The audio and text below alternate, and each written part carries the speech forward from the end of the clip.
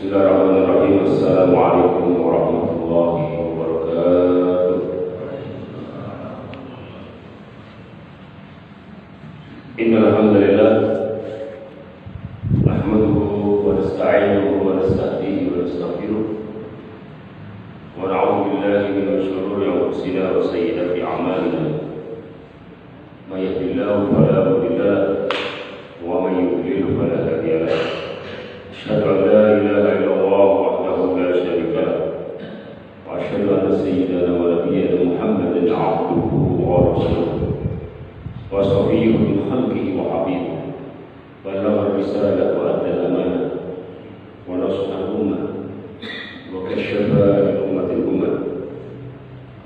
Allahumma shalli wa sallim wa barik wa 'afif wa karim 'ala nabiyyir rahmah wa 'ala alihi wa sahbihi wa man sara 'ala darbihi wa istanna bi sunnatihi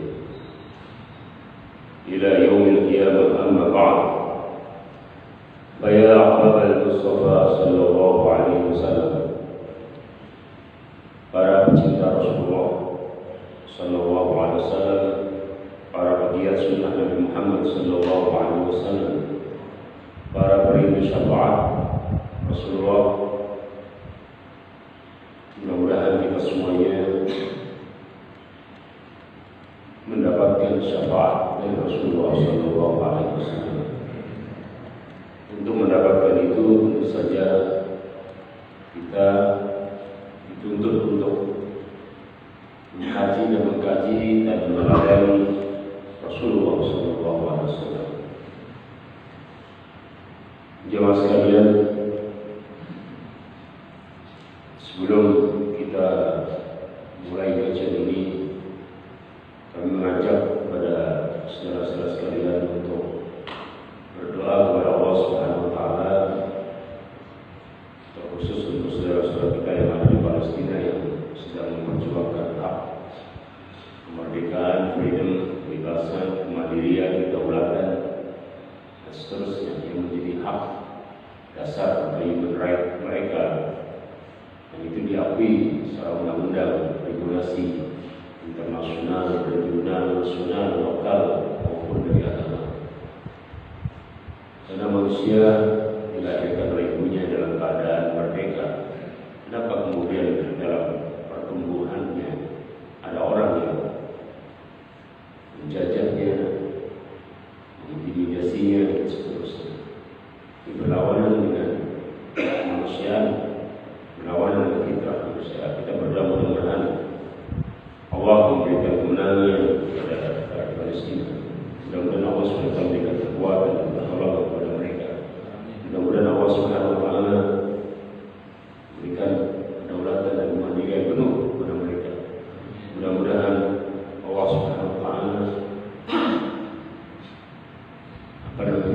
menghukum orang-orang yang zalim, orang-orang yang melakukan kejahatan kemanusiaan kepada mereka. Mudah-mudahan Allah Subhanahu wa taala selalu memberikan keamanan dan kenyamanan kepada kita semuanya, keselamatan dunia dan akhirat.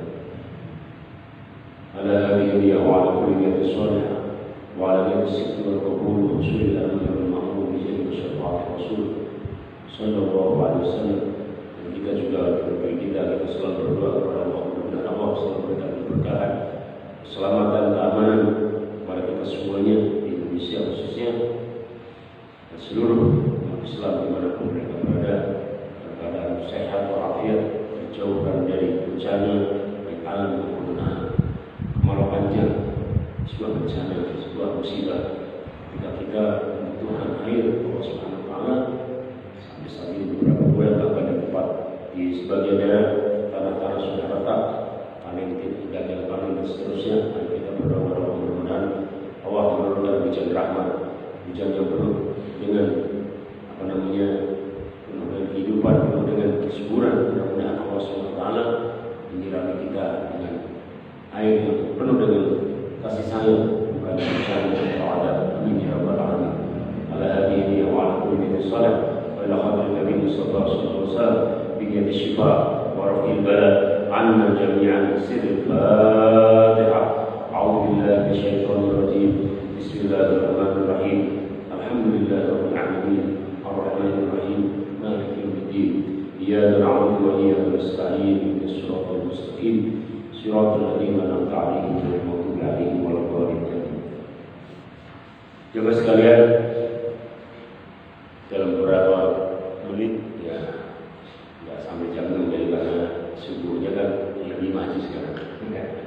Berat sekali ya ternyata, luar biasa ini bapak-bapak para ibu ya, sholat subuh di minggu-minggu ini dari bulan-bulan ini ya, jam 4:04 gitu ya. Itu tidak semua punya ini. Terlalu banyak orang yang masih tertidur lenyap dan tertidur pada pulas ya. Kenapa? Karena kondisi ya, artinya untuk bangun cepat itu sebuah perjuangan ya. Alhamdulillah kita masih diberikan kesempatan oleh Allah dengan perjuangan tentunya ya, ke masjid ya, dalam waktu yang masih ya berat ya Pak Munas ya, berat ya Pak Munas ya. Alhamdulillah ya, kita termasuk yang beruntung. Mudah-mudahan Allah SWT menerima amal ibadah kita, sholat subuh kita, baik yang wajib maupun yang sunnah, semuanya mudah-mudahan Allah terima dari kita semuanya. Ya, dalam beberapa menit ke depan kita akan ya nanti diskusi ya tentang bagaimana kita menghadapi sebuah kesulitan, krisis, atau misalnya lama tidak hujan atau kemarau panjang ya kan? Itu pernah terjadi juga pada masa Rasulullah SAW sampai 8 bulan. Sayyidina Umar bin Khattab juga pernah mengalami itu dalam beberapa bulan juga. Karyawan ternak pernah mati, kemudian tentu saja karena air ini sebuah kebutuhan urgent ya dalam hidup kita. Coba kita dalam literasi Islam seperti di hadis seperti apa ya, sahabat kemudian mereka menghadapi kondisi-kondisi yang ekstrim, cuaca yang ekstrim ya, itu bagaimana? Di Sahih Bukhari ya, bab tentang istisqa ya, itu 1013 ya hadisnya, nomor hadisnya. Qala Imam Al-Bukhari Abu Abdullah Muhammad bin Ismail bin Ibrahim bin Mughirah bin Bardis Al-Bukhari, lahir tahun 192, wafat tahun 256 ya. Beliau meriwayatkan hadis ini.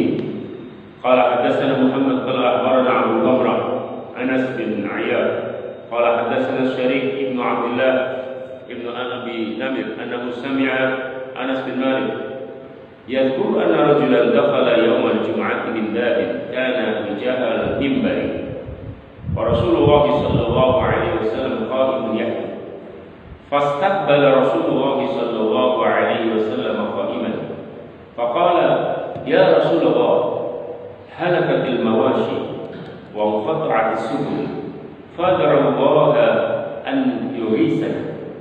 Qala farafa'a Rasulullah sallallahu alaihi wasallam yadayhi faqala Allahumma askina Allahumma askina Allahumma askina. Qala Anas wala wallahi ma nara fis samai min sahabin wala qaz'atin wala shay'an wama bainana wa baina sar'in min baitin wala dari. Qala fatala'at min wara'ihi sahabatun misla kursi falamma tawassatat as-sama'u intasharat thumma amtarat. قال والله ما رأينا الشمس ستا ثم دخل رجل من ذلك الباب في الجمعة المقبلة ورسول الله صلى الله عليه وسلم قائم يخطب فاستقبله قائما وقال يا رسول الله هلكت الأموال وانقطعت السبل فادعوا الله يمسكها. قال فرفع رسول الله صلى الله عليه وسلم يديه فقال اللهم حوالينا ولا علينا اللهم على الآتام والجبال والآجام والذراع والأودية ومنابت الشجر. قال فانقطع وخرجنا نمشي في الشمس. Artinya saya terjemahkan dulu, nanti kita bisa diskusi bagaimana kita memahami sebuah hadis seperti hadis ini. Imam Bukhari dalam Sahihnya meriwayatkan hadis ini tentang kemarau panjang dan istisqa. Apakah istisqa itu harus dengan sholat atau bisa juga dalam bentuk lain ya.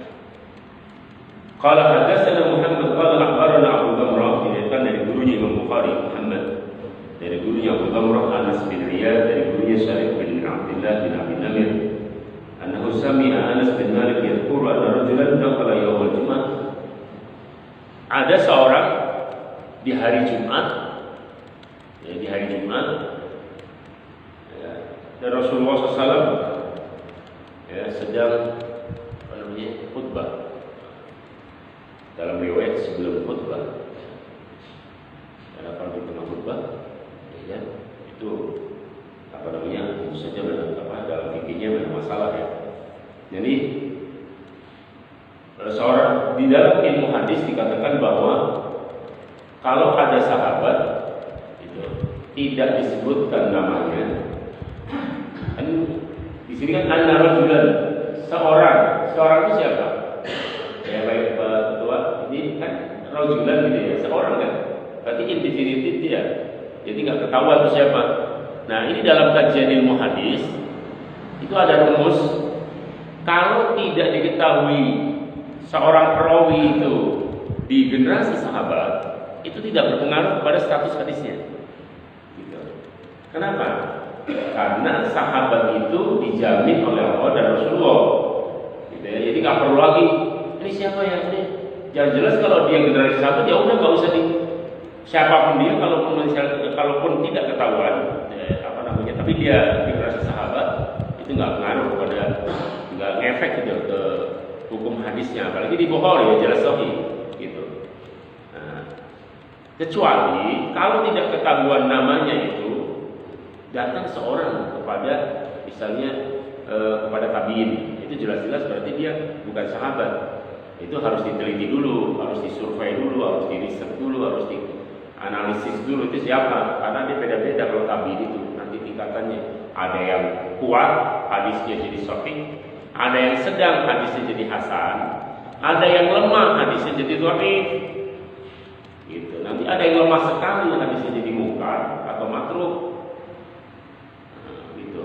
Nanti ada yang diduga orangnya itu suka membohong dan pendusta dalam periwayatan hadis atau transmisi hadis, nanti hadisnya jadi wahid dan matruh. Ada yang perawinya ya, itu dikenal dengan pendusta, bukan diduga lagi, sudah berkenyataan banyak kan dibohong. Itu maka dinilai hadisnya palsu. Gitu. Itu terjadi di generasi bukan sahabat, tapi kalau sahabat nggak berlaku itu. Jadi kalau kita nggak perlu ini sahabat Ibnu Umar ya udah, kalau Ibnu Umar mesti nggak boleh kita itu ahli sunnah jamaah, mohon maaf ya, ahli sunnah jamaah. Atau kita kalau ideologi kayak Syiah itu dia cari dia walaupun sahabat, enggak. Kalau di ahli sunnah, dan silakan bisa dicek dalam literasi ilmu hadis ya, baik yang klasik maupun yang kontemporer.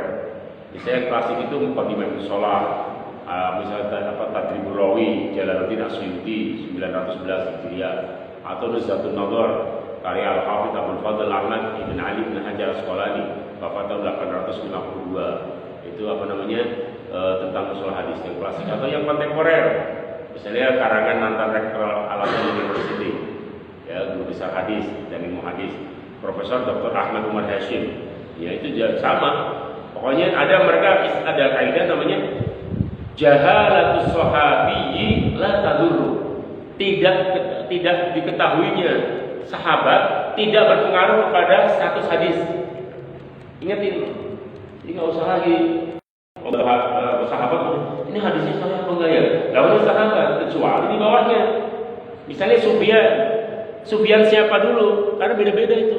Sufyan bin Waqi, Sufyan bin Uyainah, Sufyan As-Sauri, Sufyan bin Ziyad, Sufyan bin siapa? Itu beda-beda dia. Gitu. Kayak Muhammad bin Ismail. Muhammad bin Ismail siapa? Kalau Muhammad bin Ismail Al-Bukhari, Imam Bukhari itu hadisnya sahih, orangnya terpercaya. Tapi kalau Muhammad bin Ismail Al-Ja'bari, dia pemalsu hadis.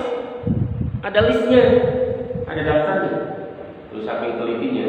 Bahkan yang lebih mencengangkan kita adalah Imam Bukhari punya kitab riwayat man hafidha summa nasiya. periwayatan orang yang dulunya waktu mudanya cemerlang, memorinya oke, gitu ya, hafalannya, memorize-nya aduh luar biasa ya, memorinya, ya, intelijensinya. Tapi ketika umur lanjut 70 tahun ya, itu lupa, pikun, itu nggak diambil lagi sama Bukhari. Dan itu ada listnya, termasuk salah satunya Abu Yaman Al-Hakam bin Nafi Al-Himsi, ya, Al-Yaman dari Yaman. Itu setelah usia 70 tahun beliau mengalami gangguan ingatan. Kalau sekarang kayak pikun dan ya. Itu Imam Bukhari tidak mengambil lagi pasca terjadinya masalah di dalam ingatan. Tapi sebelumnya diambil karena memang, nah gitu loh, itu ketelitian ya ahli hadis ya, supaya kita tahu betapa besar jasanya Imam Bukhari dan kawan-kawannya, ya Imam Bukhari dan generasinya dan juga yang lain yang ahli hadis itu, yang mereka Imam Ghazali, Imam Bukhari itu menjual kebun yang demi keberlangsungan, demi eksistensi hadis Rasulullah SAW. Kita hanya menikmati saja gini, mengkaji ya sudah. Apalagi sekarang udah banyak aplikasi, jadi dia tinggal menerima, ada terjemahnya, ada aplikasi yang sudah lengkap untuk mencari hadis, menurut searching hadisnya udah ada, kemudian untuk tematiknya udah ada, terus lebih mudah gitu ya. Nah, semestinya kita lebih dari Imam Bukhari ya, ya kan, karena semua sudah tersedia. Cuman kalau zaman Imam Bukhari karena belum ada alat, belum ada hadis internal, belum eksternal, nggak ada itu. Belum ada ya kan, oleh sesuatu yang sangat baru gitu. Nah ketika itu sudah menjadi hikmah filosofi dari Allah SWT bahwa ketika era di mana tidak ada atau terbatas ya alat penyimpanan atau memori seperti tadi hadis atau apa istilahnya itu di softwarenya gitu. Itu maka Allah membuat memori nalar dan otak mereka tuh kuat gitu Pak. Jadi hafalannya kuat karena alat mencatatnya atau penyimpanannya terbatas. Nanti kalau nggak kuat jadi hilang agama ini. Sebaliknya sekarang Pak, mohon maaf ya, sebaliknya sekarang ketika hafalan kita lemah, maka yang kuat apa sekarang? Iya, yang kuat ya tadi itu ya hadis eksternal, internal, penyimpanan sampai sekarang berapa tera ya? Saya mungkin hadis eksternal udah sekarang udah 3 tera kali ya. Waktu itu kita punya yang waktu itu masih 1000 ya, 1 tera. Sekarang saya dengar sudah 3 atau 4 yang terbaru saya belum beli lagi. Tapi itu menunjukkan bahwa karena kalau kita hafalan sekarang udah lemah ya Pak Diki ya. Pak Diki ngapalin saya subuh nih, ngapalin apa ama ya tasalun deh. Berapa ayat gitu ya. Nanti waktu sholat duha lupa lagi. Ngapalin hadis pendek gitu misalnya apa? Innamal a'malu binniyat wa innamal likulli imrin ma nawa. Man kana hijratuhu ila Rasul fa hijratuhu ila Rasul. Wa man kana hijratuhu dunya yusibha aw imra'atin yankihuha wa hijratuhu ila ma hajara ilaih. Itu ya, hadis pertama di Sahih Bukhari, ada di Arba'in Nawawi. Apal subuh, begitu zuhur mau diulang udah lupa lagi. Iya enggak? Benar enggak? Udah banyak pikiran ya Pak. Udah ibarat kayak ini mau nyekrol nyari udah terlalu jauh gitu.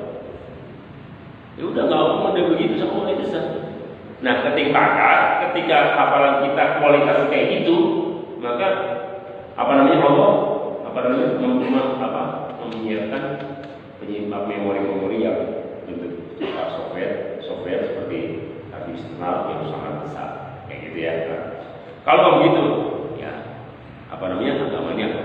Jadi intinya begini, pokoknya kalau sahabat ini tidak diketahui tapi dia generasi sahabat itu nggak ngaruh. Yang ngaruh itu kalau generasi tabi'in baru ngaruh. Kedua, ketika Rasul masih khutbah, dia curhat. Nah ini kalau dalam keterangannya ada masalah. Apakah boleh khotib itu bicara dengan jamaah? Ini ada ikhtilaf ya. Ini memang ranahnya fikih ya, tapi secara umum ya dalam fikih madzhab Syafi'i misalnya rahimahullah, kalau itu mendesak dan ada keperluan atau kebutuhan itu diperbolehkan. Misalnya ketika khatib naik mimbar terus ada ular misalnya. Itu boleh mengingatkan. Ya, kalau itu daripada membahayakan untuk keselamatan jiwa, ya.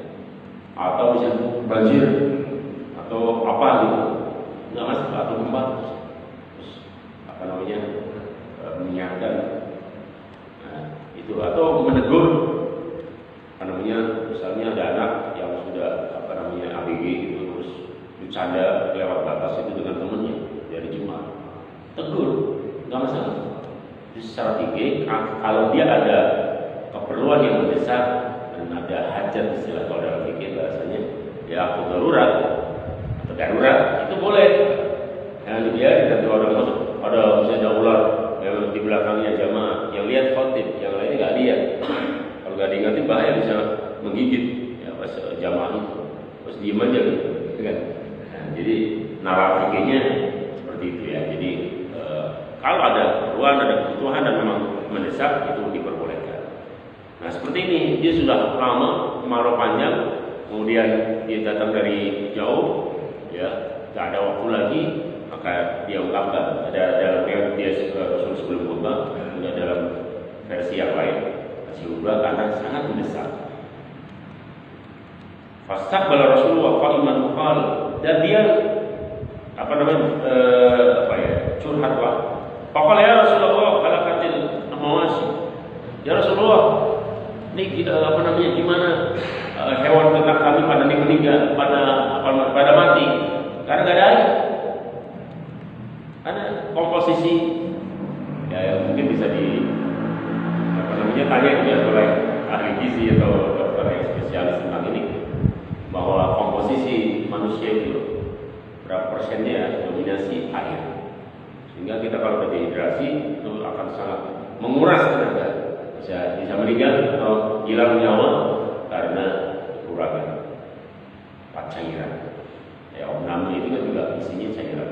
Ya jadi terasa sekali ya, coba ya kalau musim kayak gini, ya apa namanya panas sekali, lama nggak belum hujan, ya itu apa namanya gerah segala macam, waduh banyak yang ini ya, air menjadi boros dan mereka banyak yang sudah apa namanya ngebor lagi air, dan di daerah sudah retak-retak pesawat, ya dan itu sholat istisqa. Jadi istisqa ada 3 kalau dalam fikih, kalau dalam mazhab Imam Syafi'i itu ada 3. Istisqa dengan doa, istisqa diselainkan di doa khutbah Jumat, yang ketiga istisqa dengan sholat. Jadi istisqa itu nggak hanya satu bentuk ya, bukan hanya sholat aja. Orang yang mohon maaf kadang-kadang ya kalau ya kita kan memahaminya udah istisqa belum, dikira istisqa cuma sholat aja. Sebenarnya ada 3 formulasinya, ada 3 formatnya. Satu apa namanya doa, jadi kita berdoa dengan Rasulullah. Apa namanya Allahumma maskina, Allahumma maskina, Allahumma maskina, Allah dalam riwayat lain Allahumma aghithna, Allahumma aghithna, Allahumma ya Allah, Allahumma maskina itu siramlah kami. Sukia itu apa? Siraman kan? Allahumma maskina ya Allah, siramlah kami, maksudnya turunkanlah hujan kepada kami. Ya, tapi askina itu lebih secara linguistik ya lebih artinya lebih tepat, karena menyirami dan menghidupi yang pas gitu, proporsional. Ya, itu skina. Ya, jadi sesuai dengan kebutuhan. Karena kalau kebanyakan juga banjir, Pak, itu menjadi musibah juga ya. Ya, Pak, kekurangan. Jadi air kurang juga jadi musibah. Kebanyakan musibah juga, ya kan? Jadi yang pas, Pak. Sesuatu itu kalau nggak pas nggak enak. Ya, apa aja. Jadi misal baik, kita mau bilang sama istri atau negur istri, misalnya apa namanya? Tapi waktunya atau teknisnya atau tempatnya nggak pas, ya kan lagi di depan orang banyak gitu, negur istrinya, apa gitu ya malu lah, ya kan,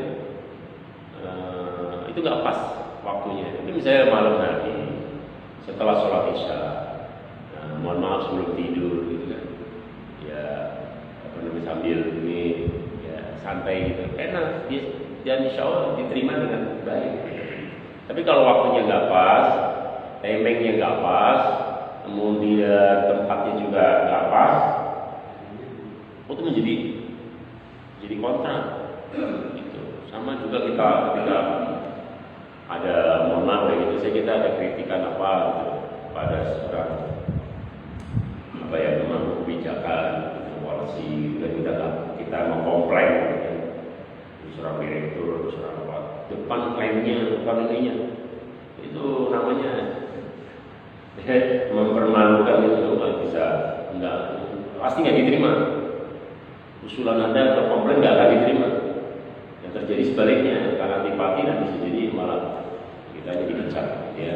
Kenapa? Karena nggak tepat waktu dan timingnya tidak tepat. Jadi sesuatu butuh ketepatan, ya, atau pas, ya, proporsional. Nah, ini coba kita perlu wisdom, ya, perlu kearifan. Faqala ya Rasulullah halakatil mawasi wa qata subul. Qata subul itu ya tadi itu.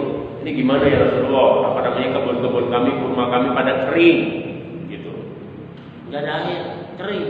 Ya enggak berbuah kalau kering. Ya kan ya? Gimana nih ya Rasulullah? Tolong dong, fadarallah gitu. Ya Rasulullah, doain kita, minta sama Allah supaya kita diberikan hujan gitu. Jadi dari sini Imam Ibn Jamrah mengatakan, ya, fihi dalilun ala talabi du'a mimman fihi ahliyatul lil qabul 'inda al-malamat. Nah, tuh.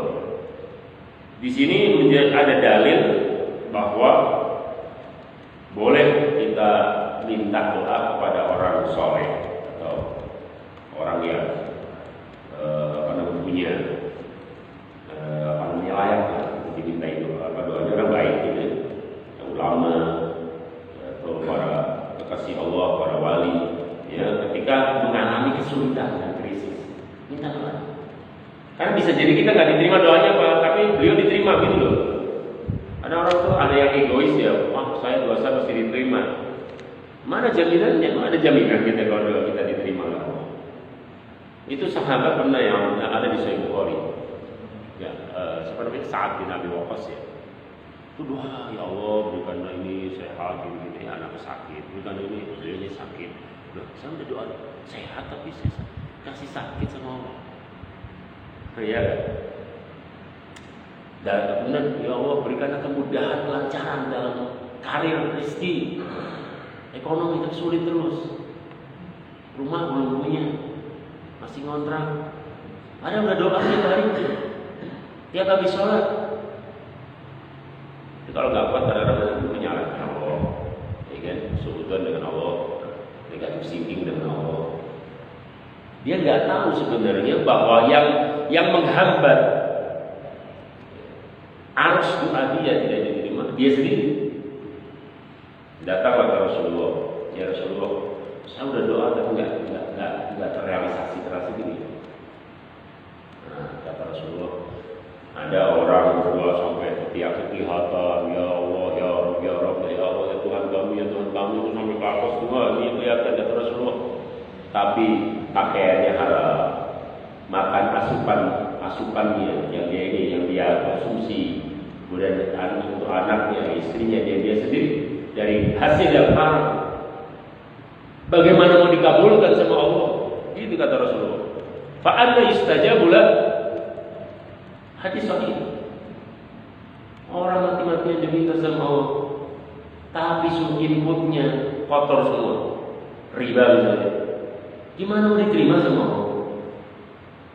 Mimpi kata Rasulullah. Kenapa? Inna Allah dalam hadis lain dikatakan Inna Allah thayyibun la yaqbalu illa thayyiban. Allah itu bersih, suci, tidak menerima kecuali yang bersih-bersih. Nah kalau nggak bersih ya kata Allah, ya kamu bersihin dulu. Kamu bersihin dulu Pak, gitu. Bawa audiensi sama saya. Kamu bersih dulu gitu.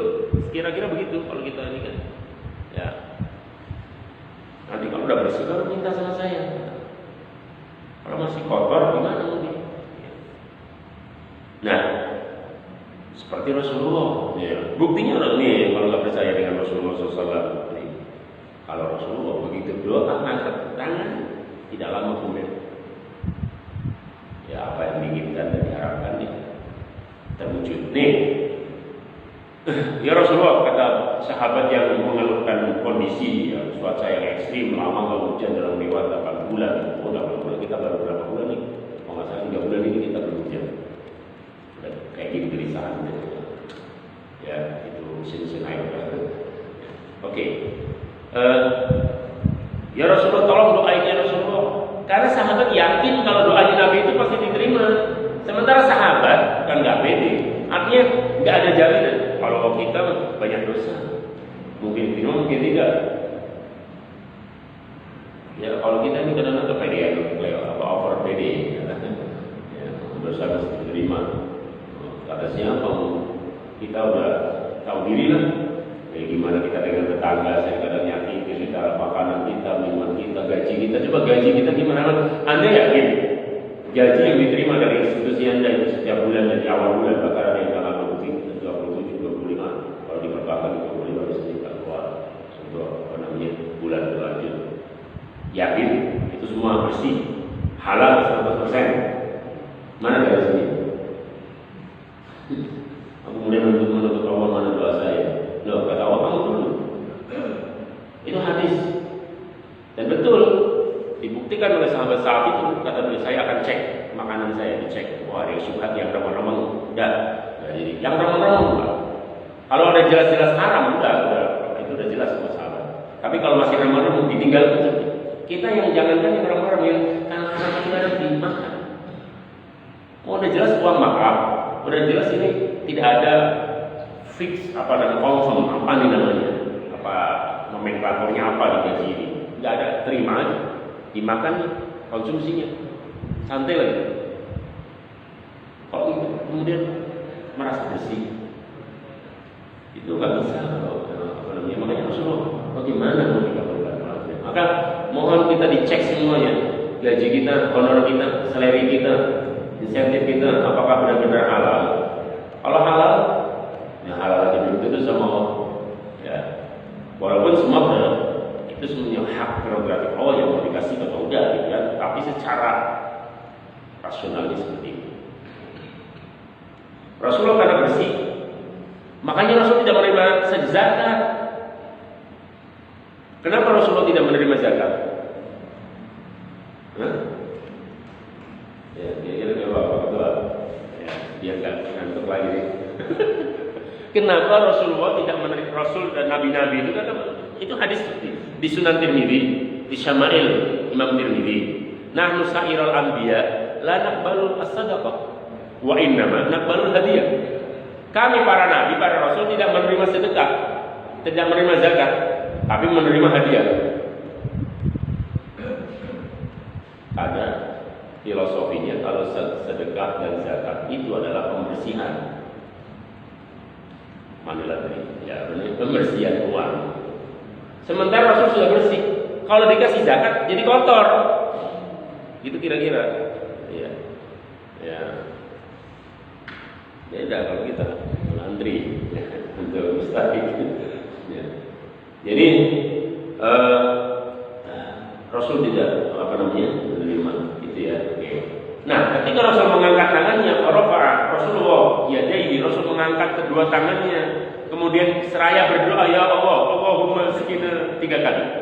Allah maskina, Allah maskina. Ayo kita ikutin sunnah Rasulullah ini, mudah-mudahan Allah turunkan hujan rahmat, ya, yang membasahi, menyejukkan dan menyegarkan kita sesuai dengan keperluan dan kebutuhan kita.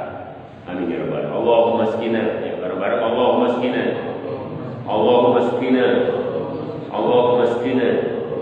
Jadi saya Bukhari Pak, kita udah pendek lagi banyak Allahumma maskina, Allahumma maskina, Allahumma maskina. Ya Allah turunkan hujan pada kami, hujan yang rahmat, gitu. Ya Allah maskina, atau udah cukup maskina, itu sudah otomatis artinya hujan yang penuh dengan rahmat, bukan yang bencana. Nah, setelah gitu berapa lama itu habis doa, enggak lain. Dalam riwayat yang perawi hadis itu mengatakan begitu. Sebelumnya Rasul sebelum doa itu, wallahi demi Allah, kata Anas bin Malik itu saksi, ya saksi apa namanya ini kejadian ini. Wallahi demi Allah, mana rafis samai min sahabin wala qazatin wala syai'an. Demi Allah, sebelum Rasul berdoa itu enggak ada mendung. Langit itu cerah banget, panas. Ketika Rasul berdoa itu, Allahumma maskina 3 kali. Itu mulai itu, langit itu mulai gelap. Itu maksudnya beliau gitu. Ya. Wala qazan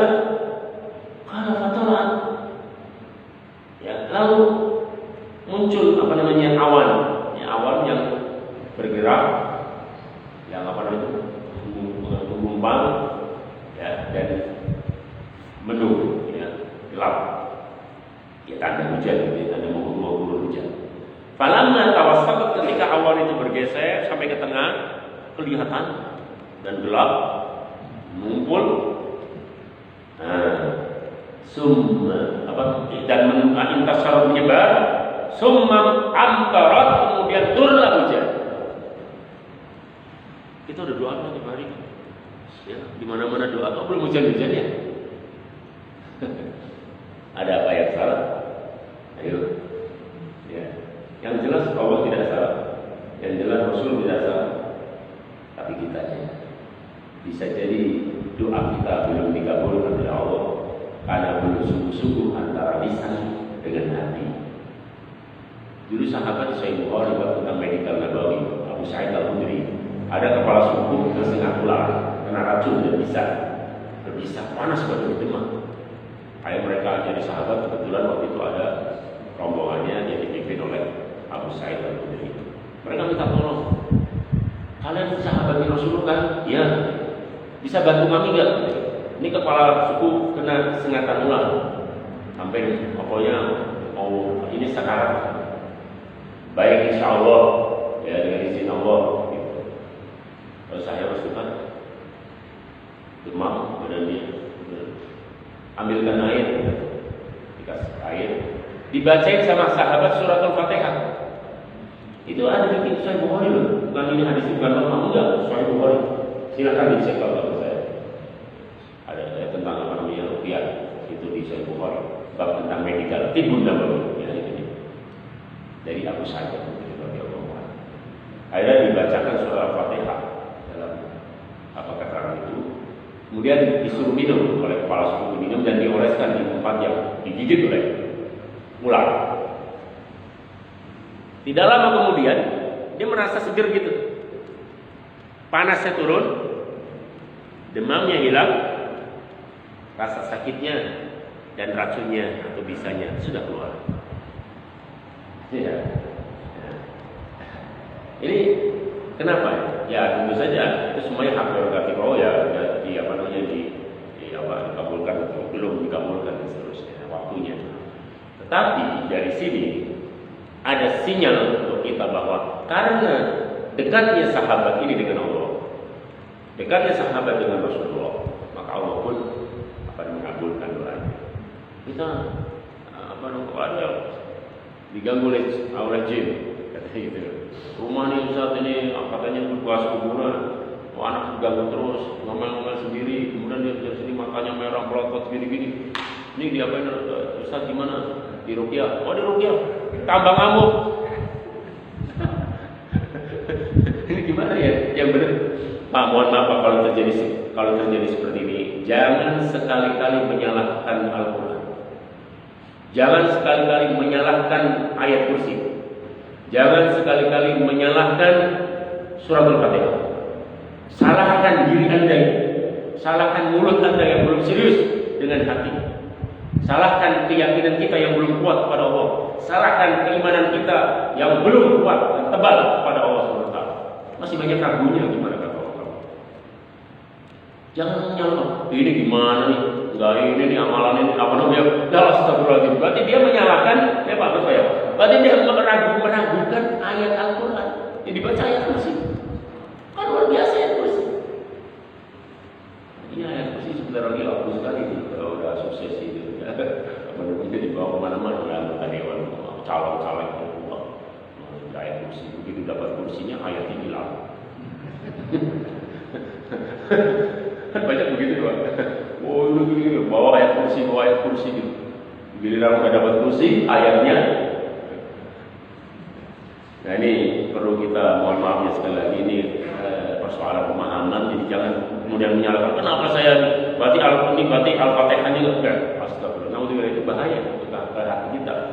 Jadi bukan Fatihahnya, bukan surat Yasinnya, bukan ayat kursinya, tapi hati kita yang belum beres. Gitu loh. Harus diintrospeksi dulu hati kita ini. Keyakinan kita gimana pada Allah, gitu kan? Kalau udah kayak keyakinan seperti Abu Sa'id Al-Khudri, oke lah. Itu kan udah senang-senang. Bentar ya. Hujan. Nah, ini sahabat mungkin lupa kali ya. Iya, jadi sahabat waktu minta doa, ya Rasulullah kita kemarau panjang nih, lama nggak hujan. Tapi ya Allah, ya Rasulullah, tolong dong doain kita gitu ya, minta sama Allah supaya hujan gitu kan. Kalau kita nih nggak yakin kita gitu, kalau engkau kan pasti diterima doa engkau ya Rasulullah gitu. Tapi dia lupa, nggak minta stoppernya sama Rasulullah. Tahu stoppernya? Kalau karantina ada stoppernya. Kalau nggak ada stoppernya gimana? Jalan terus ya. Akhirnya tuh karena saking mustajabnya Rasulullah, doa tuh hujan terus nggak berhenti 1 minggu. Gitu. Kata sahabat yang tadi minta doa ke Rasulullah, aduh kalau begini nih bisa berabe juga ini kan gitu ya.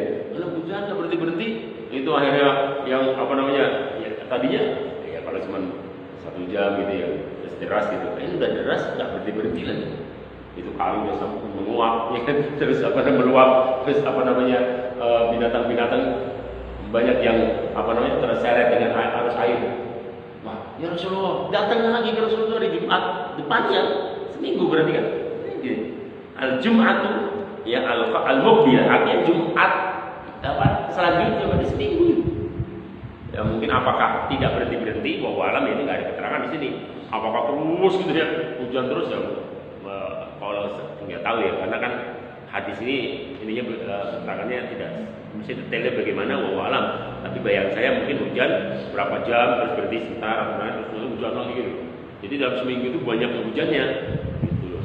Kuantitasnya itu lebih banyak, intensitas hujannya lebih banyak. Intinya fenomenanya kemudian menjadi musibah gitu ya, banjir di mana-mana. Datang ya Rasulullah, ini bagaimana? Di hari Jumat lagi, ya Rasul gimana nih? Hewan ternak pada seret air, udah ada nih. Wah, ya Rasul senyum aja, kamu sih kan minta yang benar gitu ya. Jadi minta hujan tapi hujan yang pas gitu loh. Ya kan? Ini lagi-lagi yang pas ini. Ya, kalau nggak pas jadi kayak gini nih. Ya Rasulullah, minta lagi dong sama Allah supaya dihentikan hujan ini. Nah, gitu. Ya kata Rasul, baik Pak, itu luar biasa baiknya Rasulullah. Kalau kita mungkin kayak gitu nih. Gimana sih kemarin ini ya? Ini Rasul, oke, baik, siap gitu. Ya, ayo Rasul doa lagi. Nah, ini doanya beda Pak, ini doanya jangan pakai dulu kalau belum hujan. Ini udah dipakai, ada orang yang makanya perlu juga ya tahu bahasa Arab, paham gitu ya. Ini belum lama nggak hujan nih. Doanya ini, Allahumma hawalaina ya Allah hentikan hujan. Lah belum turun hujan. Isis kok aja belum, tapi udah doanya ini. Kalau udah hujan, nggak berhenti baru ini stoppernya, gitu loh. Jadi semuanya udah ada setelannya Pak.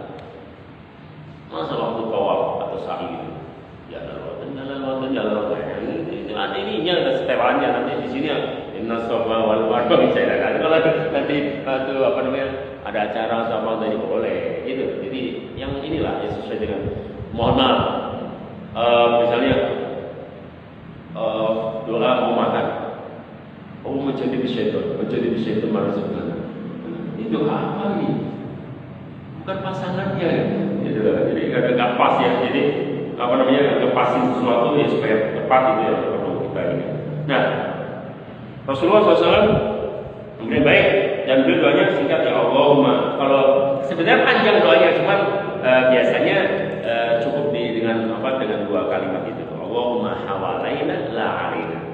Artinya Allahumma ya Allah ya Tuhan kami, hawalaina hentikan hujan ini, gitu ya, atau geserlah hujan ini. Wala alaina, dan janganlah jadikan hujan ini menjadi bencana. Gitu. Jadi ala itu kalau dalam bahasa Arab pada satu huruf artinya partikel, gitu ya. Ala itu artinya sudah musibah. Tapi kalau lana itu artinya nikmat. Itu bahasa Arab begitu. Dalam ya, jadi lana itu nikmat, tapi kalau alaina itu jadi musibah. Kalau dalam konteks ini, ya. Makanya hati-hati dalam doa ini. Allahumma hawalaina wa la alaina ya Allah. Hentikan hujan ini dan jangan jadikan hujan ini hujan yang musibah atau bencana alam ya. Ada bencana alam dan alam kan dalam regulasi BNPB kita. Nah, ini bencana alam ya, karena dari faktor alam. Kita baca bareng-bareng. Bismillahirrahmanirrahim. Ini kan simulasi doa, tadi kalau hujan, hujannya gede, terus nggak beri-beri, baca ini, ya, jangan dibaca sekarang, ini dulu gitu ya, ini lagi ini saja. Allahumma hawalaina la alaina, gitu ya. Jadi sekarang perbanyak dulu Allahumma skina dulu, ya, karena belum lama belum hujan. Allahumma skina, Allahumma skina, Allahumma skina, sholat, gitu. Itu namanya istisqa dengan doa. Yang kedua bentuknya adalah istisqa dengan diselipkan di waktu khutbah Jumat. Jadi kalau khutbah Jumat ini khotibnya menyelipkan doa ini, Allahumma skina, Allahumma skina, Allahumma skina, Allahumma aghithna, Allahumma aghithna, Allahumma aghithna, gitu ya, diselipkan doa itu namanya istisqa juga, tapi dengan diselipkan doa di khutbah Jumat. Yang ketiga, istisqa yang paling afdal adalah istisqa dengan sholat. Sholat itu juga ada dua versi, ada yang ada sholat biasa 2 rakaat, ada yang mengatakan nanti rukunnya berdua kali, berdiri 2 kali dan seterusnya. Oke. Jadi ini kita bisa ngambil banyak pelajaran dari hadis ini, ya, bahwa apa saja kalau ada kita kembalinya kepada Allah, kembalikan kepada Allah, banyak doa, ya. Jangan mengandalkan kepada nalar kita saja, karena manusia itu lemah. Kita ini kalau sudah stroke, ingatan kita juga sudah nomor HP sendiri kalau lupa, akte kelahiran, lahir tanggal berapa, kalau sudah stroke lupa semua, ya. Jadi bisa jadi nama istrinya juga lupa. Jadi kita tidak ada alasan untuk sombong, aku ya apa mau kita sombongkan. Jadi yang akan kita bawa hanya kain kapan, gitu kan. Jadi mendekatlah, wafiru ya Allah, bicara Allah, ya dekatilah Allah, dekatilah Rasulullah SAW. Dia akan menyelamatkan kita semua. Ini saya kira jadi pesannya dari hadis ini bahwa ketika kita menghadapi kesulitan, sesulit apapun, mungkin menurut kita sudah tidak ada jalan keluarnya lagi, tapi tidak ada kamus itu bagi Allah. Dalam kekuasaan Allah apapun bisa terjadi, ya sesulit apapun bisa diberikan jalan keluar solusinya. Wa may yattaqillaha yaj'al lahu makhrajan wa yarzuqhu min haitsu la yahtasib. Barang siapa yang bertakwa kepada Allah, dekat dengan Allah, maka akan diberikan jalan keluar dari semua problem yang dia hadapi, walaupun buntu menurut dia. Gitu ya, itu pesan-pesannya dari sebagai keduanya. Rasulullah SAW punya nilai yang sangat agung dalam hadis sahabat. Jadi kalau ada apa, mereka kalau kembali ke Rasulullah, maka kalau kita sekarang kembali ke hadis Nabi Muhammad SAW. Oke, silakan pada bertanya.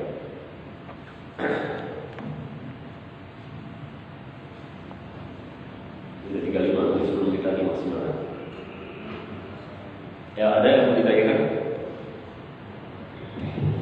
Itu sudah jelas semua, ya?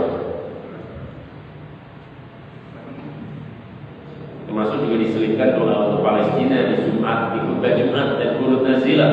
Boleh, itu sih sunahkan Rasulullah perang Badar sebulan itu Rasul qunut nazilah. Ya, ada Pak Diki.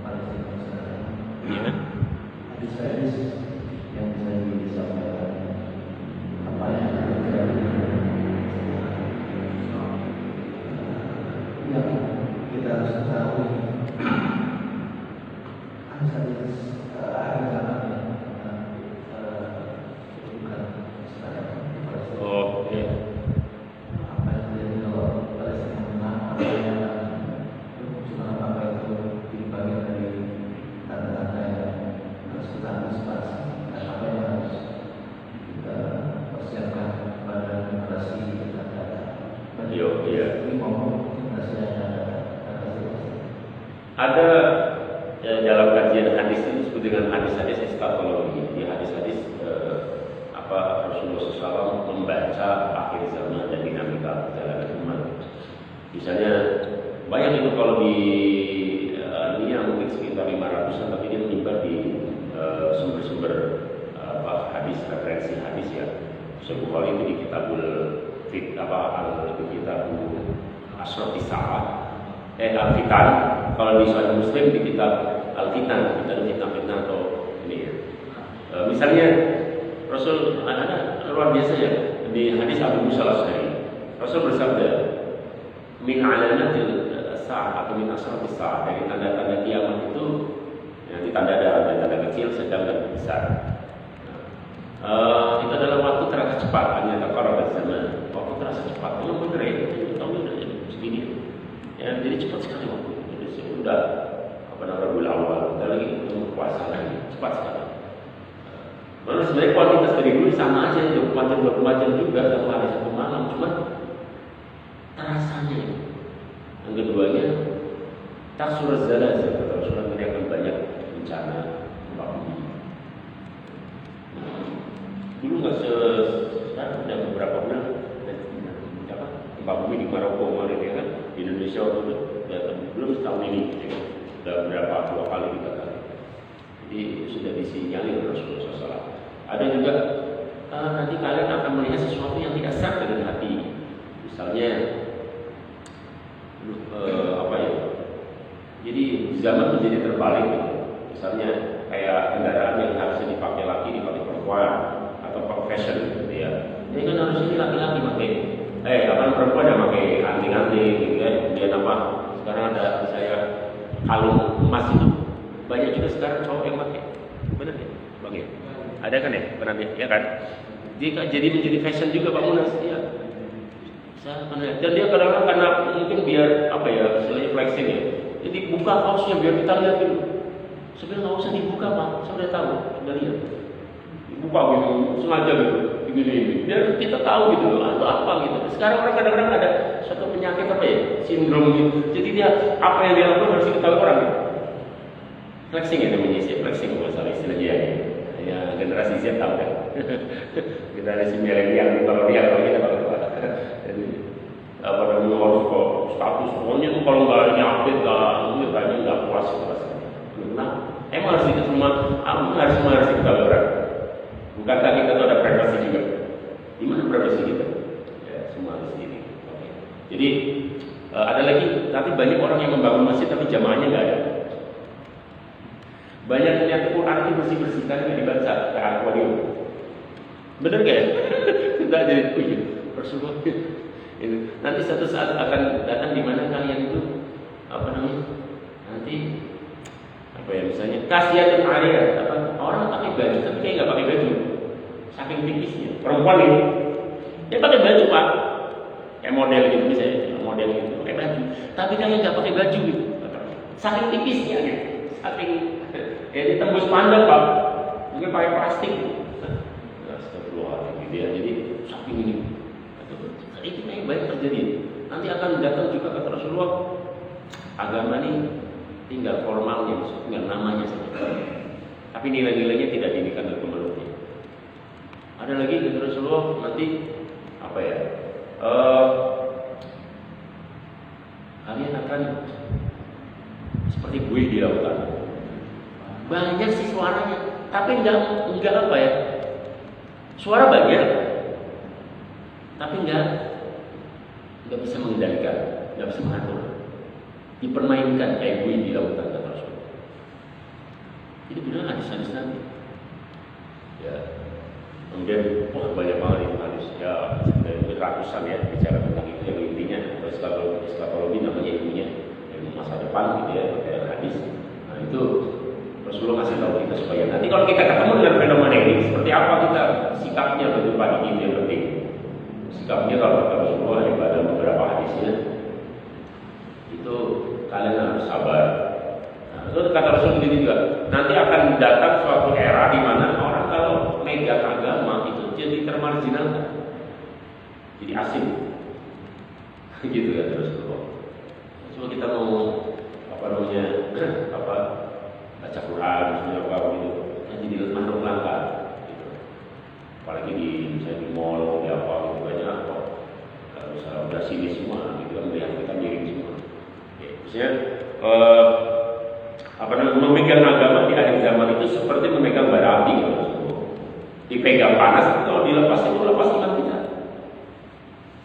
Ya udah kerasa kan? Kerasa. Banyak Pak Diki itu hadis-hadis seperti itu. Nanti juga apa namanya? Fatul Isa dan seterusnya akan mendeklar bagi umat Rasulullah ya bahwa apa namanya ikuti mengikuti ajaran Rasulullah SAW dan seterusnya banyak. Nanti ada api dari Damaskus, api dari timur. Api ini apa? Nah, saya kadang apakah apa yang terjadi sekarang, agresi militer Israel di Palestina juga bagian dari api yang dimaksud oleh Rasulullah? Bisa jadi Pak. Api ini apa maksudnya Rasulullah? Mengatakan api. Ya kan?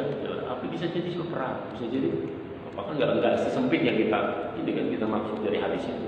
Api, ya apinya sekarang. Bisa tembak-tembakan, perang saudara, gejolak.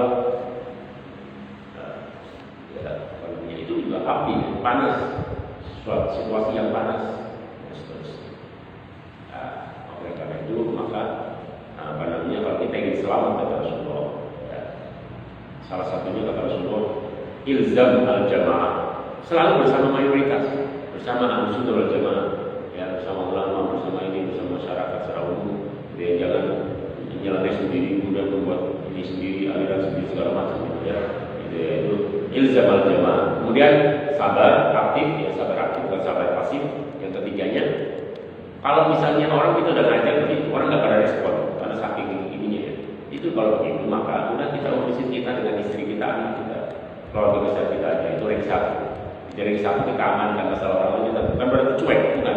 Tapi ada masa di mana kalau kita ini malah jadi bumerang gitu. Kita yang disalah-salahin. Nanti ada masa begitu Pak. Kalau gitu gimana kamu? Alaika bihuwaisati nafsika, kamu urusin diri sendiri. Biarin orang lain. Bagaimana lagi mau orang lain nggak mau? Nanti kita capek sendiri sana, mati jantungan sendiri gitu. Udah mending kita urusin sendiri, baik satu kita, anak kita, istri kita. Saya nggak tahu yang lain. Itu nanti ada masa begitu. Bukan individualistik, bukan memang karena tuntutan masanya begitu. Ya. Dan kalian nggak usah banyak nuntut kata Rasulullah. Pak Diki, itu ada di Sahih Bukhari. Nanti kalian akan satu masa di mana dipimpin oleh tipologi yang Uwailimah, dalam hadis Uwailimah itu anak-anak ini cepat marah. Jadi kalau yang berikan saran, pesan yang konstruktif gitu, pikirannya itu ini gitu, mengancam eksistensi dalam orang. Aduh, jadi seperti ini baper gitu. Padahal maksudnya bukan begitu juga. Cuman kita sayang. Kalau orang sayang itu sih, orang kritik karena sayang, bukan karena benci. Ya benci bisa dari benar-benar cinta. Ya. Jadi saya kritik dia karena sayang sama dia, jangan sampai terjerumus dia. Masa langsung kita diiringkan jadi musuh? Boleh. Saya itu sayang. Kalau saya biarin, saya malah nggak masa nggak diiringkan apresiasi. Harusnya kalau benar juga dia. Makasih sekali. Imam Asy'arawi, seorang ulama dan dai yang bestnya dai di Mesir, mengatakan kalau saya tidak dikritik oleh orang, saya ragu dengan saya sendiri. Saya malaikat apa bukan itu? Jadi kalau dikritik itu malah berterima kasih Pak. Tapi asal membangun ya, kan ada etikanya gitu. Ada etikanya. Narasinya juga yang narasi menyejukkan. Oh Bapak yang mulia ini sesuai dengan ini. Kami mohon yang narasinya yang baik. Kalau narasinya nggak pas juga jadi Nabi Musa aja audiensi dengan Fir'aun, kata Allah, "Faqula lahu qawlan layyinan, la'allahu yatadakkaru aw yakhsha." Kalau Anda ingin beraudiensi dengan Fir'aun, kamu tahu sendiri Fir'aun, yang sopan bicaranya, surat yang bagus gitu, yang kemudian mempermalukan depan publik dan segala macam, itu jelas diterima. Ya, justru sebaliknya antipati dan tidak akan efektif. Jadi maksudnya dari sini maka perlu ya kita juga mengetahui sadar ini ya. Jadi ada